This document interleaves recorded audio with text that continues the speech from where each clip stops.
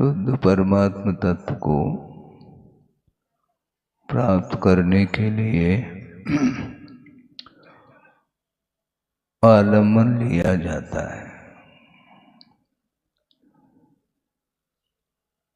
प्रत्येक संसारी प्राणी अपने अपने इच्छित वस्तु को प्राप्त करने के दृष्टि से भिन्न भिन्न वस्तुओं का अवलंबन लेता है।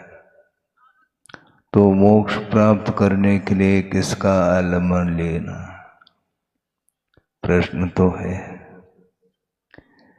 जो संसार के लिए कारणभूत वस्तु हैं उनका आलम्बन लिया नहीं जा सकता। जो स्वाधीन सुख है उसको प्राप्त करने के लिए जिन्होंने प्राप्त किया है उनकी आराधना, उनकी उपासना, उनकी पूजा, उनकी भक्ति की जाती है। उनको छोड़ करके दुनिया में कोई वस्तु नहीं जो शुद्ध परमात्म तत्व को प्राप्त करने के लिए साधनभूत हो। इसलिए जिसका जो लक्ष्य होता है उसके अनुरूप ही वह उन वस्तुओं का जो कारण के रूप में है उसका आलम्बन लेता है। समझने के लिए छोटा सा बालक है, नवजात शिशु है, और वह किसका आलम्बन ले रहा है? पिता का नहीं, माँ का आलम्बन लेता है। उनके माध्यम से उसकी इच्छित वस्तु उसको प्राप्त हो जाती है। कोई विद्यार्थी है, विद्याध्ययन करना चाहता है, वह गुरु का आलम्बन लेता है। चाहे वह लौकिक ज्ञान हो अथवा परमार्थ संबंधी हो, गुरु का आलम्बन लिया जाता है। किसी को रोग हुआ है, उस रोग से निवृत्ति पाने के लिए औषधि लेना तो है, किंतु वैद्य का आलम्बन ले लेता है। कोई तैरना चाहता है अथवा नदी को पार करना चाहता है, तो नदी को पार करने के लिए तैरने की कला चाहिए। मान लो नहीं तैरना जानता है तो वो किसका आलम्बन लेता है? नाव का लेता है। अथवा तैरना सीखना चाहता है तो उसके लिए नाव के द्वारा तैरा नहीं जाता है, नहीं। जो स्वयं नाव में बैठ करके आप पार हो सकते हैं, किंतु नाव नहीं है और पार होना है तो भी आलम्बन लेता है। किसका लेता है? आपको ज्ञात नहीं है। एक तुम्बी है और वह सूखी हुई तुम्बी, वह न स्वयं जल में डूबती है न दूसरे को डुबोती है, तो उसको कमर में बांधा जाता है और नदी में प्रवेश किया जाता है, तो वह पार करने में वह सहयोग प्रदान उसके द्वारा होता है। तो इस प्रकार भिन्न भिन्न कार्य है जिसके लिए सहयोग प्रदान करने वाले भिन्न भिन्न पदार्थ हैं। तो आप भव समुद्र से पार करना चाहते हैं तो उसके लिए किसका आलम्बन लेना, किसकी शरण जाना, यह महत्वपूर्ण विषय है। संसारी प्राणी चाहता तो मोक्ष, किंतु आलम्बन किसका लेता है? वो पंच परमेष्टि का ही आलम्बन लेना चाहिए। क्योंकि जो अविनश्वर सुख है उसको प्राप्त कराने में बहिरंग निमित्त के रूप में पंच परमेष्टि हैं, उनकी आराधना करो। वस्तुतः जो पदार्थ नित्य नहीं अनित्य है तो अनित्य के शरण क्यों जाता है? नित्य हो तो उसका शरण ले लो। नित्य क्या है? मोक्ष, वह नित्य है। और संसारी प्राणी संसार में वह रह रहा है और वह संसार कैसा है? वो अशुभ है, शरण लेने योग्य नहीं, नित्य नहीं और वह दुखरूप है। और ठीक इससे विपरीत स्वरूप को लेकर के मोक्ष तत्व सामने आता है। तो जिसको प्राप्त करना है तो उसके योग्य साधनों का आलम्बन लेना ही हमें श्रेयस्कर है। और ये ज्ञान कहाँ से प्राप्त होगा? यह ज्ञान आगम से प्राप्त होगा। आगम को पढ़िएगा आप, और आगम को समझने की क्षमता भी आपके भीतर है, योग्यता आपके अंदर है, क्योंकि विचार विमर्श करने की क्षमता मन में है और सारे आप समनस्क हैं, संगी हैं। तो ऐसी स्थिति में उस मन का उपयोग तो करो। और मन है क्या वस्तु? वस्तुतः वह क्षोभम ज्ञानात्मक जो परिणति है ज्ञान गुण की, वही भाव मन माना जाता है। ज्ञान को ही इन्होंने मन कहा। जिस ज्ञान में विचार विमर्श करने की क्षमता रहती है उसी को, उस ज्ञान को ही भाव मन की संज्ञा दी है। इसलिए मनोयोग से सुनो ऐसा कहा जाता है। सुनने के लिए आपके पास दो दो कान हैं, किंतु फिर भी कहा जा रहा है मनोयोग से सुनो। आपके कान में शब्द आ रहे हैं, किंतु उपयोग यदि आपका अन्यत्र होगा तो कभी भी उस शब्द का अर्थ क्या है उसका भाव भाषण संभव नहीं है। इसलिए ध्यान से सुनो ऐसा कहा जाता है। असंगी पंचेंद्रिय है जिसके पास कान है, किंतु उसका क्या मीनिंग है ये उसे ज्ञात नहीं हो सकता। वो आवाज तो आ रही है, किंतु उस आवाज के माध्यम से वह अर्थ तक पहुंच नहीं पाता, उसे ज्ञान नहीं होता। किंतु जिसके पास विचार करने की और वचनों को ग्रहण करने की क्षमता जिसके अंदर है, वही वस्तु के स्वरूप को जान सकता है। और मात्र वस्तु के स्वरूप को जानना मात्र पर्याप्त नहीं है। वस्तु के स्वरूप को जान करके जो हमारे लिए जो ग्रहण करने योग्य जो पदार्थ है उसी को ग्रहण करना है, बाहरी वस्तु को ग्रहण नहीं करना। फिर क्या करना महाराज? ग्रहण करने योग्य क्या है हमें बता दो आप। ये भी नहीं मालूम, जबकि मति बुद्धि आपके पास भी है। ग्रहण करने योग्य केवल आत्म तत्व है।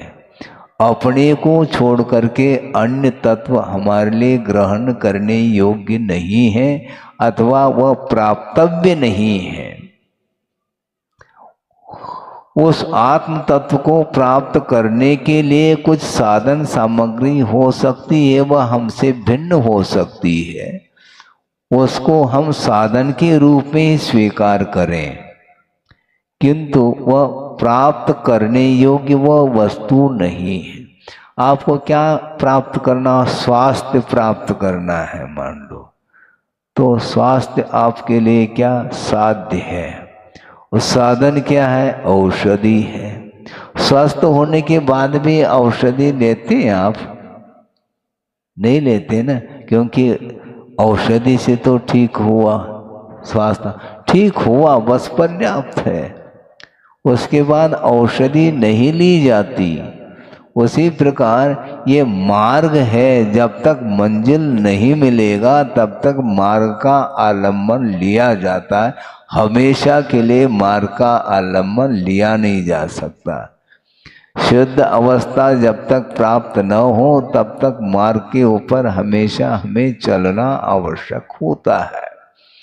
आप यहाँ से दिल्ली जाना चाहो, मान लो ट्रेन से जा रहे हैं, ठीक है, लेकिन स्टेशन पर दिल्ली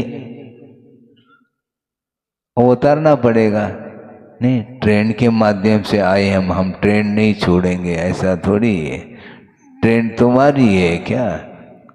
उसका तुम उसके स्वामी हो गए क्या? नहीं, वो एक साधन था, उसके माध्यम से उस दूरी को तय किया और प्रयोजन आपका था दिल्ली जाने का। जो भी प्रयोजन हो उसके लिए वह साधन उसको अपनाया है। इसी प्रकार मोक्ष मार्ग में जो साधन सामग्री है उसके माध्यम से उस शुद्ध परमात्मा तत्व को प्राप्त करने का लक्ष्य होना चाहिए। तो ये जितने भी इंद्रिय हैं, मन है, ये सारे सारे साधन के रूप में हैं और इसका सदुपयोग करते हैं तो वह साधन माने जाएंगे। यदि सदुपयोग नहीं करते हैं तो उसके माध्यम से कोई भी प्राप्त होने वाला नहीं। इसको समझना है। वो समझ में बात जल्दी नहीं आती, पता नहीं क्यों नहीं आती, जबकि मन आपके पास है। ये कैसे जानते हैं? भोजन करने से भूख मिट जाती है और जलपान करने से प्यास बुझ जाती है। तो इसी प्रकार रत्नत्रय के आराधना के माध्यम से मुक्ति मिलती है, बंधन से हम मुक्त होते हैं। इतना मात्र परिज्ञान होता है और इतना ज्ञान होने के उपरांत वह चल पड़ता है। जो है अर्थात छोड़ने योग्य जो पदार्थ है उसको छोड़ करके, क्योंकि वह हमारे लिए कारण नहीं है, वह साधन नहीं है, बल्कि लक्ष्य तक पहुंचने के लिए व्यवधान उपस्थित करने वाली वह सामग्री है, इसलिए वो छोड़ने योग्य है। उसको छोड़ करके जो प्राप्त करने योग्य तत्व है उसको प्राप्त करने के लिए जो भी साधन आगम में लिखा है उन साधनों का आलम्बन ले लो, बस और कुछ भी मुझे नहीं चाहिए।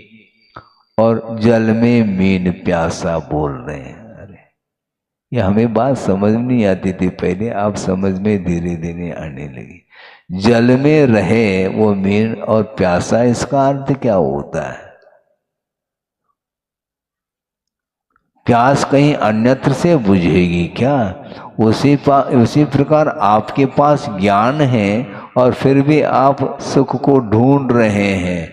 बाहर दुकान चले जाओ, वहां पर सुख में जो चले 5 किलो सुख चाहिए है, वो सोचोगे ये क्या हो, ये कौन सा ग्राहक आ गया है, क्या हो गया इसको, ग्वालियर ले जाओ, पागल तो नहीं हुआ ये है?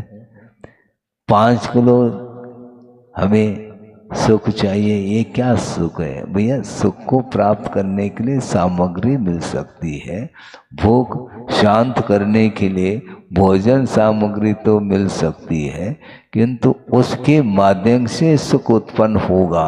तो ज्ञान के माध्यम से सुख उत्पन्न होगा, किंतु वह ज्ञान भी समीचीन होना चाहिए। अभी चर्चा चल रही थी महाराजों के बीच में कि वस्तुतः ज्ञान और चारित्र का मूल्य क्या है। यदि सम्यक दर्शन नहीं है तो उस ज्ञान और चारित्र का कोई भी महत्व नहीं है, क्योंकि सम्यक दर्शन के अभाव में, आस्था के अभाव में वह ज्ञान और चारित्र मोक्ष मुक्ति दिलाने में सहायक सिद्ध नहीं हो सकता। इसलिए आस्था को जागृत करने की आवश्यकता है। और किसके प्रति आस्था रखना? देव, शास्त्र और गुरु के प्रति। उसमें किसी भी प्रकार से तर्क के लिए गुंजाइश नहीं है, क्योंकि आगम, देव अथवा गुरु कभी भी आपका अहित नहीं चाहते हैं, वो हित ही चाहते हैं। इसलिए उन्होंने जो कहा उसको बिल्कुल स्वीकार करो, भले ही आपको उसका ज्ञान हो अथवा न हो, किंतु श्रद्धान करेंगे और उसके अनुरूप कदम बढ़ाएंगे तो निश्चित रूप से हमें मुक्ति मिलेगी। इसी का नाम सम्यक्त्व है और आस्था है। आस्था के साथ चलिए। नास्ता के प्रति तो आस्था है, किंतु मार्ग के प्रति आस्था होनी चाहिए। सुबह होते ब्रेकफास्ट, वो फास्ट ही है, वो ब्रेक लगता ही नहीं हो उसके लिए, प्रतिदिन उठते ही ये कार्य होता है। हाँ, फिर बाद में दुकान खुल जाती है। ये सब, ये इसके प्रति जैसे रुचि है, उसी प्रकार देव, शास्त्र, गुरु के प्रति आस्था जागृत होनी चाहिए। और ये बहुत दुर्लभ वस्तु है। बार बार कहने के लिए तो वही है। अब प्रतिदिन एक एक घंटा क्या है यहाँ पर, कहाँ से लाएं आपके लिए? और वर्तमान में जो कुछ भी शोभसम है अल्प मात्रा में है, बहुत लंबा चौड़ा श्रुत है, श्रुत का कोई पार नहीं है, ये भी कहा जा रहा है। अंतो नत्य सुदीनम, श्रुत का अंत नहीं। और कालो थो, काल स्तोक है। और वयम च दुर्मेहा, हमारी मति, हम दुर्मेधस हैं, ऐसा कह रहे हैं आचार्य। इसलिए तन नवरी सिक्की अव्वम, उसी को सीख लेना चाहिए। जम जर मरणम खयम कुणदी, जिसके माध्यम से, जिस ज्ञान के माध्यम से जन्म जरा मृत्यु का क्षय हो, इतना ज्ञान पर्याप्त है हमें। पर आज हमें बड़े बड़े पोथी हमें समझ नहीं आता। कोई बाधा नहीं, जन्म जरा और मरण से हमें ऊपर उठना है तो उतना जान लो आप। हाँ, उतना ही जाना, क्योंकि कालो थो वो कहा। काल स्तोक है, स्वागरूपम आयु नहीं, पल्योपम आयु नहीं, पूर्व कोटि की आयु नहीं। बड़े मुश्किल से 70, 75, 80 तक पहुंच गए। उसके बाद फिर भी 80 साल का होने के बाद भी अभी भी लस्सी पी रहा है वो। समस्या ये जा रही है। इस बार तुकबंदी करने से आपको थोड़ा सा अच्छा लगता है, क्योंकि लस्सी तो अच्छी लगती है भैया। 80 साल का हो गया अभी भी लस्सी की बात करता है? लपसी तो फिर भी ठीक है। हाँ, लपसी ठीक है, लस्सी ठीक नहीं। क्योंकि लपसी के माध्यम से वो बिल्कुल जो है ना, वह हल्का आहार होता है। रोटी और जितने भी सॉलिड जो भोजन है उसको छोड़ो, और माड़ जिसको बोलते हैं, लपसी, ओरिया, वही ठीक है। एक गांव का नाम है, आप जानते होंगे, परसोरिया। ओरिया परसों नहीं। हाँ, ऐसे नाम होते हैं। तो ओरिया भी बहुत पाचक है, वो हल्का है, उससे गर्मी भी शांत होती है और अपने लिए डाइजेस्ट भी होता है। तो इस प्रकार जो है ना, यही ठीक है, लस्सी ठीक नहीं। हाँ, आइसक्रीम, ये क्रीम ठीक नहीं, क्रीम भी ठीक नहीं, आइसक्रीम भी ठीक नहीं, क्रीम पाउडर जिसको बोलते हैं वो भी ठीक नहीं, और आइसक्रीम भी, 2 प्रकार की क्रीम हो गए।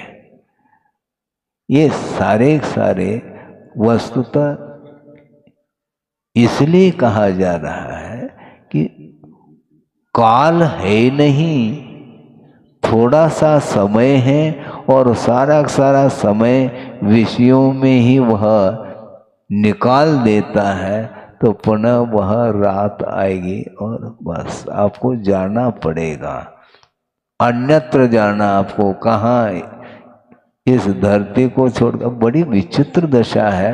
मान लो किसी का भी परिवार में किसी की गमी हो गई, वह शांत हो गया और उसी परिवार में वह जन्म लेकर के आ सकता है। पिता का जीव है और वह उसका जो पुत्र है, उस पुत्र का वह पुत्र बन रहा है। अभी तक तो हैंडल किया था, अब वो हैंडल करेगा। आप हैं, जो पुत्र है, बेटा है, अब वह पिता की, उसके लिए वह पिता बन गया और पिता पुत्र बन गया। उसको ख्याल ही नहीं है, जन्म नया हो गया, उसका जन्मदिन मनाओ अब। हाँ? गमी हो गई तो कमी हो गई, तो पुनः एक जन्म लेकर के आया है। तो उसके जन्म के निमित्त से वह खुशी मना रहा है, जबकि वह पिता का ही जीव, जिसका अवसान हुआ था, जिस समय आपको दुख उत्पन्न हुआ था, वही उत्पन्न हुआ है। ये सारा सारा चक्र है, आपको दिखाई नहीं दे रहा है। कौन किसका अवसान हुआ और कहाँ पर उत्पन्न हुआ, ये कोई भी दृश्य आपको देखने को नहीं मिलता, कोई पहचान नहीं है। पुनर्जन्म इसी को बोलते हैं। जन्म जो होता है, अवसान होने के बाद जन्म होता है, और जन्म होने के उपरांत पुनः उसका अवसान होता है। ये चक्र, यह परंपरा, ये निरंतर चलती आ रही है। इसलिए जन्म, जरा और मृत्यु का क्षय जिसके माध्यम से होता है, उतना ही ज्ञान हमें पर्याप्त है, ज़्यादा ज्ञान की आवश्यकता नहीं है। प्रयोजन भूत तत्व है। आप लोग भी बोलते हैं ना, क्या बोलते हैं? आम खाना है कि पेड़ गिनना है? क्या करना है आपको? एक आम पर्याप्त है। और कितने आम लगे कि गिन करके क्या कर लोगे? एक आम खा लो, पेट भर जाएगा तुम्हारा। लेकिन यही है, जो ज्ञान है उसका सदुपयोग नहीं करता, किंतु और के चक्कर में वह सारा सारा समय निकल जाता है। और दूसरी बात, वक्र बुद्धि वाला है, ये भी कहा है आचार्यों ने। ये सीधा सीधा स्वीकार नहीं करता, एक्सेप्ट नहीं करता, वह तर्क करता है, ऐसा क्यों, ऐसा क्यों, ये तर्क क्यों करते हो? जो कहा जा रहा है उसको स्वीकार करो, क्योंकि गुरु कभी भी अहित नहीं चाहते हैं। तो विश्वास रखो और आगे बढ़ो। नहीं महाराज, हम तो कस करके देखना चाहते हैं। हाँ कसो, आप कमर कसो। क्या कसोगे तुम? मैं कस करके देखता हूँ। प्रत्येक चीज का स्वाद लेकर के मैं श्रद्धान करूंगा। तो श्रद्धान करने की क्या आवश्यकता है? हम विश्वास कैसे करें महाराज? तो ऐसा करो, जहर पी करके विश्वास कर लेना। क्या करोगे? वो जब तक स्वाद नहीं लेंगे महाराज, हम कैसे कहेंगे कि हमारे लिए ये हानिकारक है? तो पी करके देख लो, देख नहीं पाओगे, चले जाओगे आप। विश्वास तो कर लो। इसी को बोलते हैं विश्वास। बहुत बड़ा मायना रखता है। प्रत्येक संसारी प्राणी अपने अपने क्षेत्र में अपने प्रयोजन को शुद्ध करने के लिए विश्वास तो करता है, किंतु मोक्ष मार्ग में पता नहीं क्या हो जाता है विश्वास के लिए। वो विश्वास करना नहीं चाहता, क्या पता, ये और शुरू हो जाता। हमेशा धार्मिक क्षेत्र में, परमार्थ क्षेत्र में संशय उत्पन्न होता, वह संशय ठीक नहीं। जो कहा है इदमेव, यही है। भले हमें समझ में आ जाए अथवा न आ जाए, हमें समझना नहीं, औषधि का प्रयोग करना है। डॉक्टर के सामने वो जैसा कहते हाथ जोड़ करके स्वीकार करते हैं, है ना। यदि पूछेंगे डॉक्टर को, डॉक्टर साहब ये दवाई कैसे बनी, इसमें और क्या क्या मिला है, ये सब कुछ पूछेंगे तो डॉक्टर कहते हैं ऐसा कर लो, तुम MBBS कर लेना, MD कर लेना, DM कर लेना, और अपने आप ही तब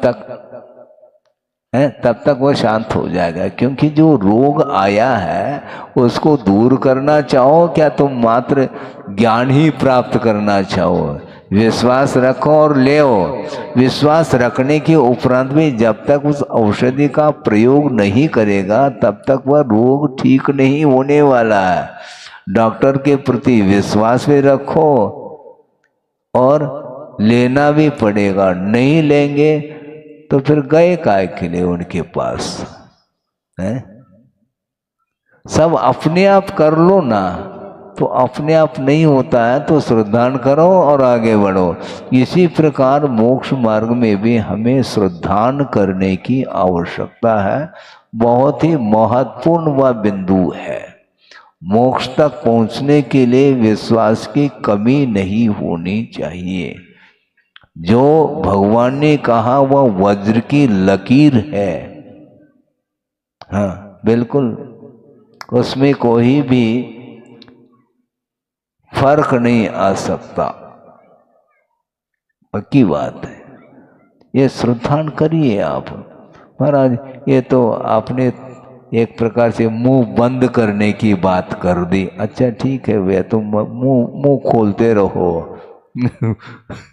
उससे कुछ नहीं होने वाला, क्योंकि स्वयं गणधर परमेष्टि भी श्रद्धान के बल पर चल रहे हैं।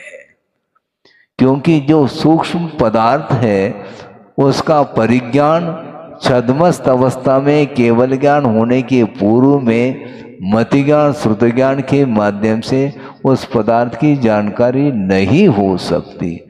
केवल ज्ञान के द्वारा जो वस्तु पकड़ में आने वाली है उसका परिज्ञान हम अभी वर्तमान में करना चाहते तो संभव नहीं। विश्वास करो और केवल ज्ञान प्राप्त कर लेना, फिर अपने आप ही आपको समझ में बात आएगी। हाँ ठीक कहा था आगम में और गुरु के द्वारा ठीक कहा गया था, लेकिन हमने नहीं मानी थी, बाद में माननी पड़ी। और मानने से अपने आप केवल ज्ञान प्रकट हो जाता। महाराज इतना धैर्य नहीं हमारे पास। धैर्य रखो, धैर्य नहीं रखेंगे, विवेक नहीं रखेंगे तो बहुत हानि उठानी पड़ेगी। जस्ट वेट वाली बात। मान लो भोजन में खीर परोसा है और बहुत गर्म है, अब क्या करें? एकदम ले लेंगे फिर क्या होगा? रुको थोड़ा सा और धीरे धीरे किनारे से, बीच में नहीं, किनारे से प्रारंभ करते रहो तो धीरे धीरे वो खीर ठंडी होती चली जाएगी। विवेक आवश्यक है, आचरण के लिए विवेक आवश्यक है, और श्रद्धान यदि है तभी विवेक जागृत हो सकता है। और श्रद्धान यदि नहीं रखते हैं तो कभी भी ज्ञान में समीचीनता नहीं आएगी, तो हमारा मोक्ष मार्ग वह नहीं बन पाता। हालांकि संसार मार्ग में भी ये तीनों काम करते हैं, दर्शन ज्ञान और चारित्र, किंतु वह मिथ्या दर्शन मिथ्या ज्ञान और मिथ्या चारित्र है जिसके माध्यम से विपरीतता आती है। समीचीन बोध होना चाहिए, नहीं है तो निश्चित रूप से वो उन्मार्ग पर ही वह चलेगा। ज्ञान तो है उसके पास, किंतु सम्यक ज्ञान नहीं है, समीचीन ज्ञान नहीं है। धर्म तो है किंतु वह समीचीन नहीं, इसलिए समंतभद्र स्वामी ने स्पष्ट ही कर दिया, समीचीनम धर्मम अहम देशयामि। मैं समीचीन धर्म का कथन करता हूँ, प्रतिपादन करता हूँ, जो कि कर्म के विनाशक है, वो कर्म को नष्ट करने वाला वो धर्म है, और उसके माध्यम से उत्तम सुख की प्राप्ति होती है। ऐसे धर्म का मैं व्याख्यान करता हूँ, ऐसा स्वयं कह रहे हैं। इसलिए जो आचार्यों ने अपनी परंपरा से जो भी ज्ञान प्राप्त उन्हें है, उसको आगम में वो रख रहे हैं, और ये जिनवानी है, जनवानी नहीं। जिनेंद्र भगवान के द्वारा ये कहा हुआ है, और उसका यदि दुरुपयोग करोगे तो कभी भी फिर जिनवानी आपको नहीं मिलेगी। एक मराठी की कहावत आपके सामने रखूं, समय आपका हो रहा है, वो तो होगा, दिन होगा तो रात तो आने वाली है, उसमें क्या दिक्कत है। एक दिन आध पौन घंटा प्रतिदिन ये आगम के माध्यम से आप सुन रहे हैं। कि एक मराठी की कहावत हमें स्मरण में आ रही है, वो ये है, ऐकावे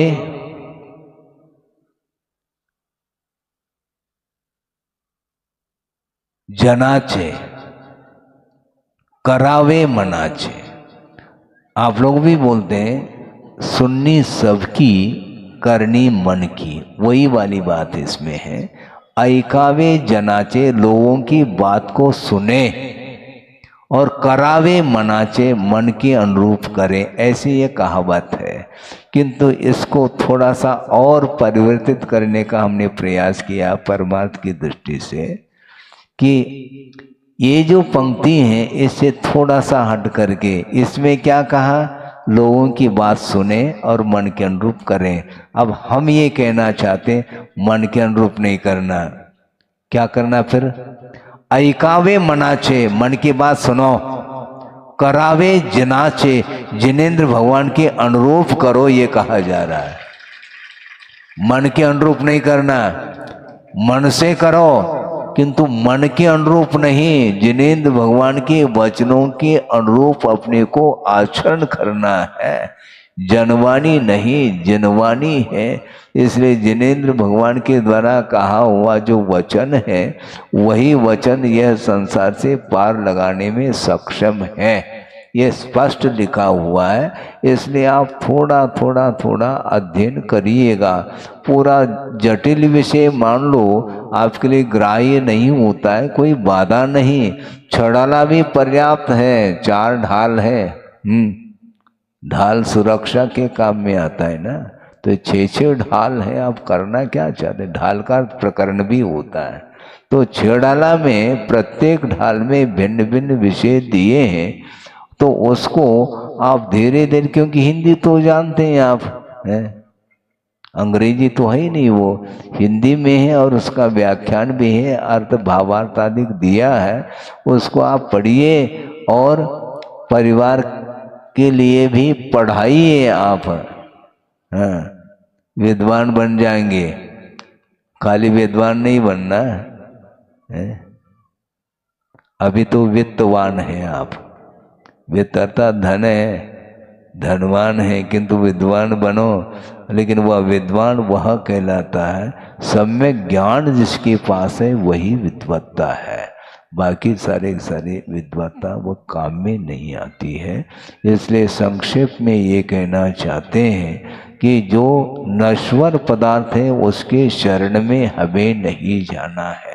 जो प्रति समय पदार्थ मिट रहा है उसको पकड़ने का भाव ये अज्ञान भाव माना जाता है। समुद्र में लहरें उत्पन्न हो रही है, पकड़ो उसको, मान लो छोटा सा बालक पकड़ता है तो आप उसके उस कृत्य को लेकर के आप हंस जाते हैं। ये देखो, ये इसको ज्ञात ही नहीं है कि लहर है और ये पकड़ना, क्योंकि वो अच्छी लग रही है वो लहर, पकड़ना चाहते हो, पकड़ में नहीं है। उसी प्रकार ये पर्याय कभी भी पकड़ में आने वाली नहीं है। प्रति समय यह पर्याय मिटती चली जा रही है। इसलिए दीपक आपने जलाया है, हम पूछना चाहते हैं दीपक जल रहा है क्या? दीपक जल नहीं रहा, दीपक बुझने की ओर है। तेल जल रहा है, लेकिन बोलने में आता है दीपक जल रहा है। दीपक जलता नहीं, तेल प्रति समय जलता चला जा रहा है, इसलिए वह दीपक बुझने की ओर है। उसी प्रकार आपका जन्म हुआ तो आप मरण की ओर जा रहे हैं। आयु कर्म धीरे धीरे धीरे प्रति समय वह क्षय को प्राप्त हो रहा है। इसीलिए आगमकारों ने स्पष्ट लिखा है, एक मरण वह है जो आवीची मरण बोला। आवीची मरण का अर्थ प्रति समय अवसान हो रहा है। आयु कर्म वह क्षय को प्राप्त हो रहा है। आयु कर्म के ऊपर जीवन चलता है तो प्रति समय आयु कम होती चली जा रही है। कितने साल की उम्र हो गई? 50 की हो गई, यानी 50 साल व्यतीत हुए हैं और जो शेष है वही बचा है, वो भी समाप्त होगा, उल्टी गिनती होगी। उल्टी गिनती होती होती लास्ट में उल्टी हो जाएगी और चला जाएगा, खत्म। एक आध बार गला खिंच गया तो बस पहुंच गया दूसरी जगह। तो ये निरंतर यह परिणमन आप रोक नहीं पाओगे। आप बिल्कुल जो है ना लॉकडाउन करके बैठ जाओ अंदर, फिर भी आपका परिणमन रुक नहीं सकता। निश्चित रूप से आप आगे बढ़ते चले जा रहे हैं। मरणासन का अर्थ क्या? बिल्कुल मरण होने को है, उसी को वो मरणासन, इन्हें मरण के निकट पहुंचा है। निकट तभी पहुंचा है जब उसकी आयु पूर्ण होने को होती है। सूर्य उदित हुआ है, वह अस्ताचल की ओर जा रहा है। वह प्रति समय उसमें गति है।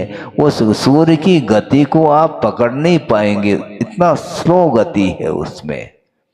और धीरे धीरे धीरे 12 घंटे में वह पूरब से पश्चिम की ओर आ जाता है। उसी प्रकार आपकी ये पर्याय है जो मिली है कर्म के उदय में, और उसका सदुपयोग कर लेंगे तो निश्चित रूप से संसार का अंत हो सकता है। हो इस पवित्र भावना के साथ अहिंसा परमो धर्म की जय। बोधि समाधि परिणाम शुद्धि स्वात्मोपलब्धि शिव शोक सिद्धि चिंतामणिम चिंतित वस्तुदाने त्वा मंद मानस्य ममास्तु देवी। परम पूज्य आचार्य गुरुवर श्री विद्यासागर जी मुनि महाराज की जय।